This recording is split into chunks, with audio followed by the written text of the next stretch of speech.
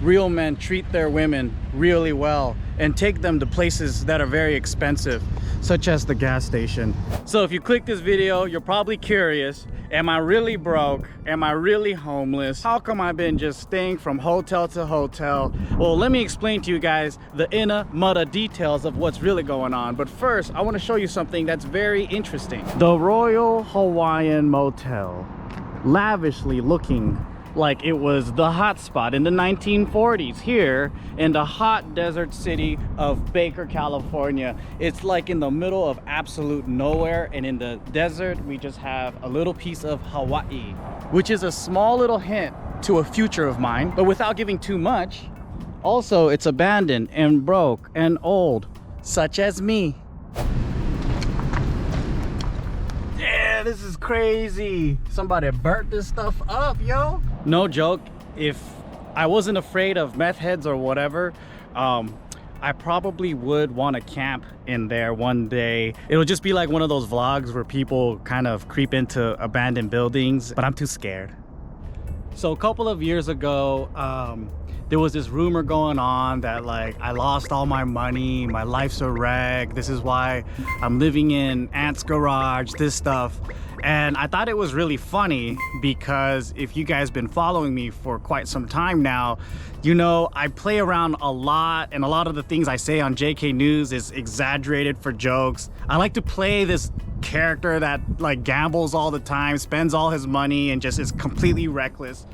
But I hate to kind of unveil the curtain and kind of basically expose my troll, but I have to set the record straight here because I've been kind of playing along with this joke for way too long, and now it's been kind of this weird gray area where some people actually believe it, some people don't. But also, it's not that funny anymore if the joke isn't translated and people don't really get it. So it is kind of ironic that back in 2019, I released a bunch of free courses out there on different things like from finance and education on credit cards and credit scores and things like that.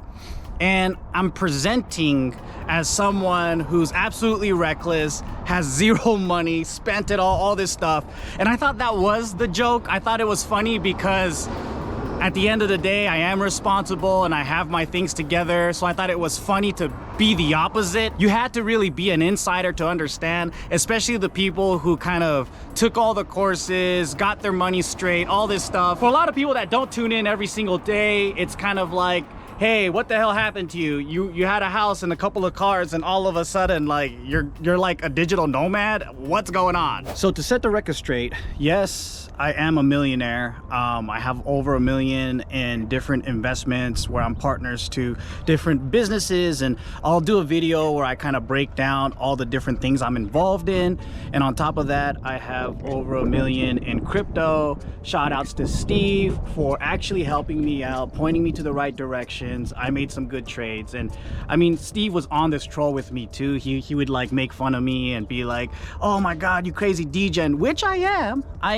I have a bit of an imposter syndrome when it comes to being and feeling like a millionaire. A part of me just doesn't like a lot of the negative connotations that come along with that, especially right now with the wealth gap like widening, and just I don't want to alienate myself from you guys as well, because I still feel like the same dude that's been on YouTube 10 years ago. For some reason, all of a sudden when you do have money, people want you to prove your wealth by buying things, and I actually am very not for this type of consumerism culture. Like, I'm not against these things because it provides jobs and it gives people, you know, a way to live and whatever. And people like purses, they like shoes, they like to collect things. That's all on them and it's fine.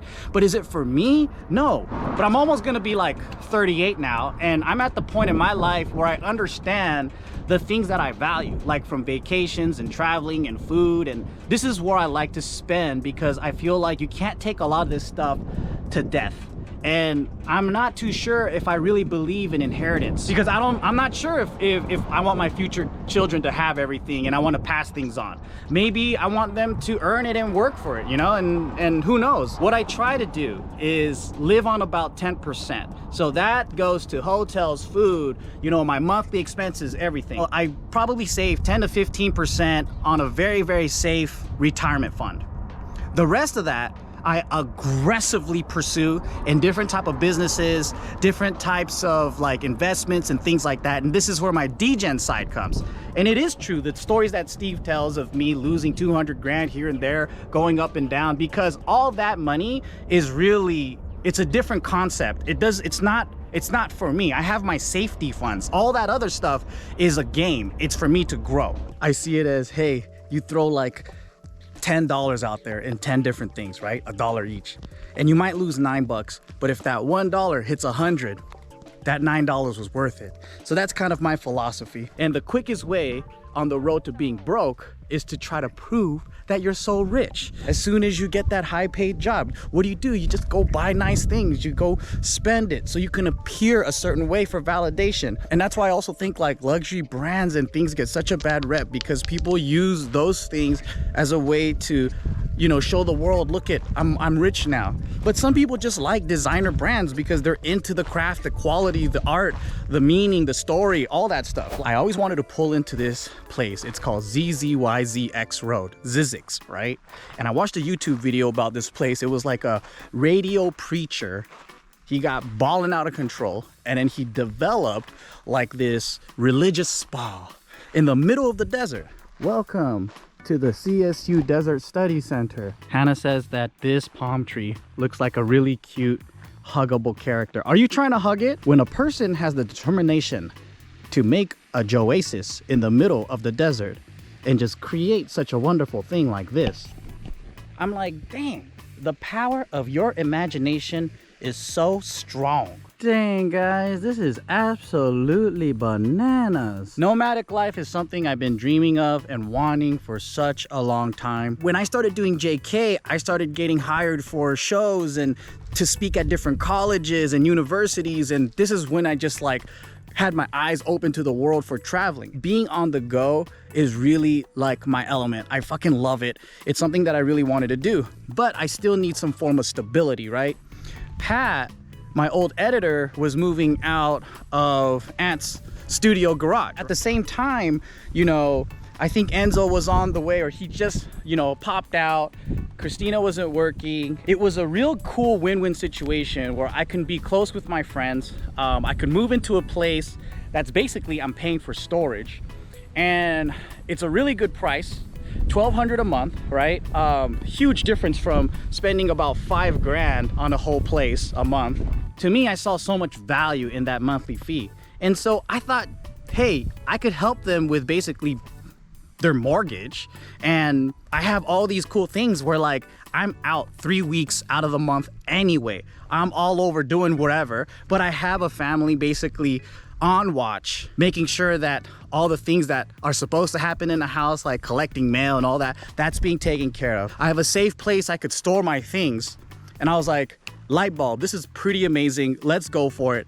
And I had some of the best memories at that location. And me being an extrovert, I just love being around my friends and like having someone to interact with. So I have friends and family all over the world, right? And not all of them can afford buying a house. So I'm like, why don't I just go ahead and pitch in with them? I don't know, like a massive place where it doesn't even feel too crowded. Or we get like a townhouse, or we get a triplex or duplex or whatever it is, right? Where you have your privacy, but you have different units in one big lot. And I was like, this is basically the situation that I have with Ant. But now I can pitch in, or maybe I'll just take care of the whole payment, or who knows, right? But now I have people that keep the houses lively. And also I have family members that I can just like go and visit, and I can feel like I'm always coming home to another home. And I've kind of replicated that in Hawaii right now. We're testing it out because since I'm gonna be opening up a business there, you know, I have a rental place with some of my closest friends that I've been friends with for many, many, many years. And we have a 4-bedroom home there. If you guys haven't seen the video, it's somewhere here. I might post it right here. But in order to basically baby step my way into having places that I call home, and having a base all over the world, because me and my mom, we wanted to get a place together, but she was teaching me about Japanese real estate, and Japanese real estate is actually depreciating.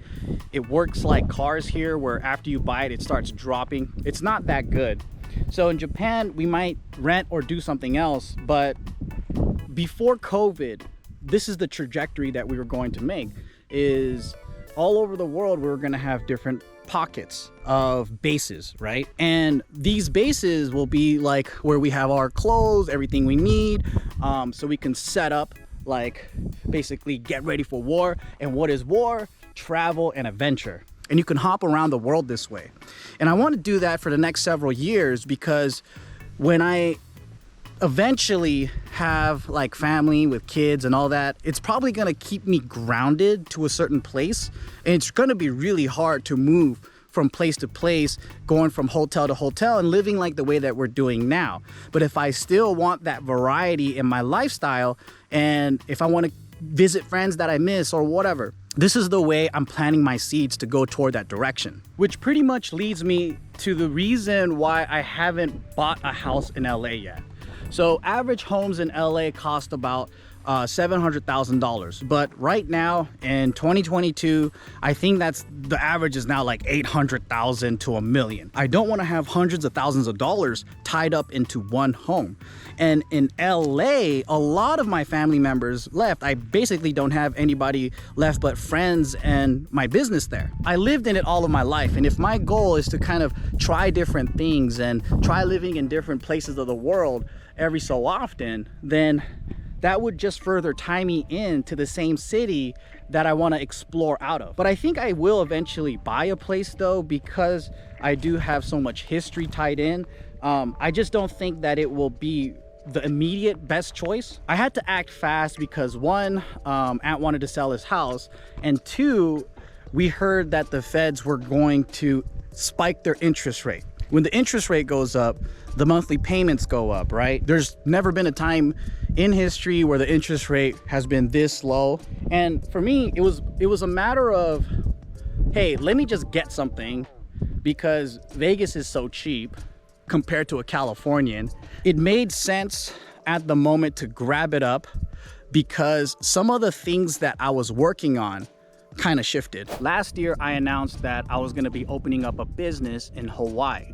And as you all know, it's not a mystery, COVID was happening. Supply chain issues were happening. Ships were being blocked. Even within the government of Honolulu, things got slowed down because, you know, if anyone out there is trying to do business during COVID, and if you're not in Florida, if you're not in one of the states that are just being defiant toward all the COVID rules, all the states that follow the rules very precisely, it got really slowed down. There's just a lot of these extra steps that slowed things down. So what ended up happening was I was like, well, if we're gonna wait and delay this anyway, what are some things I can do right now? Well, I'm probably gonna need a home base. There's a handful of things I'm looking for in getting a property. One, I want it to build equity. I want it in an area that's probably gonna go up in value pretty soon. Two, I want it to be very rentable. And I want it to be rentable for more than the mortgage. My goal was to, again, not have too much money tied in. And since the interest rate is low and I can borrow money for a cheap rate, I'm gonna pay the lowest amount possible. I don't know if I wanna go toward the million range, because again, the higher it is, I think I'm more motivated to put a higher down payment so I don't have to be, you know, crushed when it comes to paying the monthly. Because when you do under 20% on a home, you have to pay this thing called PMI. It's an insurance. And the higher the value of the house, it's a higher percentage. So I don't want to pay that extra money. It doesn't go toward the principal. It's no good. Three is I want to make sure that it's rentable. Once I open up businesses in Hawaii, or if I go out of state for another thing, I want it to be, you know, rentable pretty quick. Maybe even Airbnb. I don't know. Still thinking about it. Those are the three reasons that actually got me to go, you know what? Let's get a place. Not just rent, but buy a place. And on top of that, I think me and Hannah were discussing, and it's funny that I'm already like making like life goals with her, but I think it's really good to talk deep about serious shit with your partner, because if there is the potential of being life partners, you want to be on the same page of a lot of stuff, right? And so one of the things was like, Hannah's been nomadic too, and she's actually way more nomadic than I am. And I'm very envious of her life, because she left her city, went to London, had nothing but a suitcase, and she's basically been nomadic for the last 2 years. And I think she's had places from here to there, but then she realized like the nature of her work, working in movies and productions, they pay for your stay anyway. And if you're going back to back to back, it's like, why would you spend money on rent when you're like in Birmingham one day or like Brighton another day or whatever, right? Like you're in different cities all over the UK. They're paying for your stay, and on top of that, like paying for your travel, all this stuff. Why pay dead rent towards something? And then so she basically figured out a way to hack everything, just bought storage space. And I was like, dude, that's so genius. But also she didn't have a company. So being a free agent and a freelancer, she was able to be super mobile. She definitely is a perfect girl for me, because now she came here and we can travel freely, because, you know, every time she's back home, she could go and work. And then when she's here, she has all her money saved up and we could just go like travel and do whatever.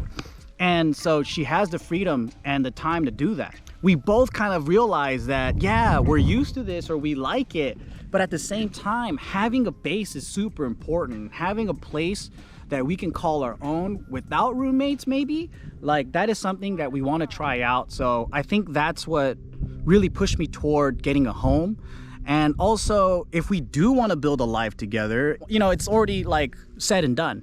I just want to let you know that I am super grateful for you, because you are the perfect woman for me. And at no given moment have you complained or pressured me to live more comfortably. And I think a bit of us find adventure in a little bit of discomfort. It's just teamwork though, right? Like how you choose to manage the resources that you have. As long as we keep our living costs low. Yeah, I mean, our living costs aren't that low. Yeah. Like comparatively to the world. No, it's not. It's just that what we spend the money on is things that will increase value. I know. So like experiences, we spend money on food and health more so than... There's nothing that I need that I don't have. And I think that goes for both of us, which I think is wealth in anyway. Yeah, that's that true. You don't need any. I was thinking about this the other day when we were going hiking, and I was putting on hiking shoes. Yeah. And like just having a pair of shoes just for this one specific hobby that we have, that's already like... And we got those for 14 bucks with all of the points and things that we got. That was one of the best things. But that already puts us in like the top 2%. That's true. Just having like things that are for one use. Yeah. That's luxury. That's true. I really appreciate like design when it's clever, to where like one thing can be used in so many different ways. Yeah. I think that's a dope idea. And you being a designer, I think you should start designing shit for our travel. That's also another reason why I realized that it's time for a home. This is going to give us a base and also a creative area where we can start building beyond. Because, you know, I want to get into designing along with you. I have some other projects I want to work on. And I miss cooking. Like, I fucking miss having a kitchen so much. What I want to do is get like a big 6-foot canvas, right? Completely cover ourselves, like we're naked, cover ourselves in paint, and then hold hands and like stamp ourselves on the canvas. So all jokes aside, guys, really this whole thing is just to kind of show people out there that they're all different alternatives to the ones that you're given. You can create your own path.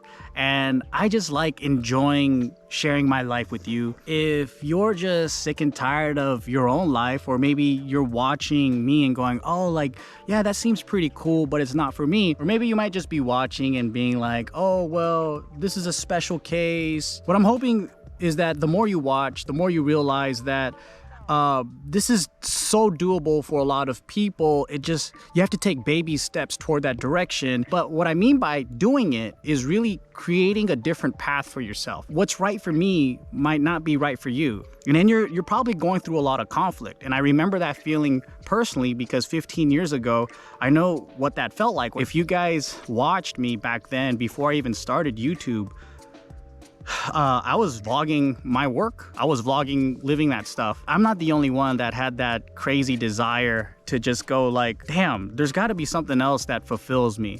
And the more I create this content, I realize like the thing that I think I love connecting with you guys about the most, when people can find a bit of motivation or inspiration or something from the videos, and then it reflects back to your life. If an idiot like Joe can do it, well, shit, maybe I can do something like that, but better. Even if like out of 1,000 people, only one person gets it, it's still worth it for me. So let me know in the comments below too if you want me to like talk more in depth about things I just talked about, because I went through so much. I hope this answers a lot of your guys' questions about, you know, if I'm really broke or what's going on, am I losing my mind? No. But ultimately, life is just a big ass game, isn't it? And every day that I'm alive, it just feels like I'm winning. Till next time, guys, thanks for watching. Toodaloo, babies. Say bye. Chuck E. Cheese for my birthday. Chuck E. Cheese for my birthday. Chuck E. Cheese for my birthday. Chuck E. Cheese for my birthday. Birthday. Chuck E. Cheese. Birthday. Chuck E. Cheese for my birthday. Chuck E. Cheese for my birthday. Chuck E. Cheese for my birthday. Birthday. Chuck E. Cheese.